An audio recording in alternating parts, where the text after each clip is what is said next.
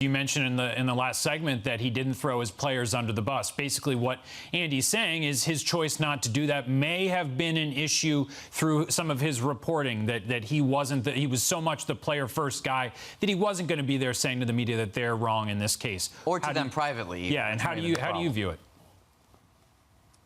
First of all, they played better after the thumbs down fiasco. So if there's anything to be said about that, I mean, that's results-based. That fired up some type of fervor inside of them.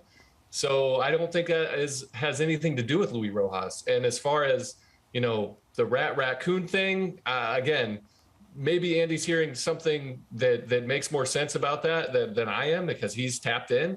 But all I know is that a lot of guys feel responsible for him getting fired. It's the same thing with Chili Davis. It was the players' underperformance that caused this. I don't think they would ever feel like, for a player manager, like you feel like you're letting a guy like that down when you underperform as a player. He's putting you in a position to be successful, and if you don't come through, not only do you feel bad for the fans and for your teammates, you feel bad for that guy that really believes in you and trusts in you.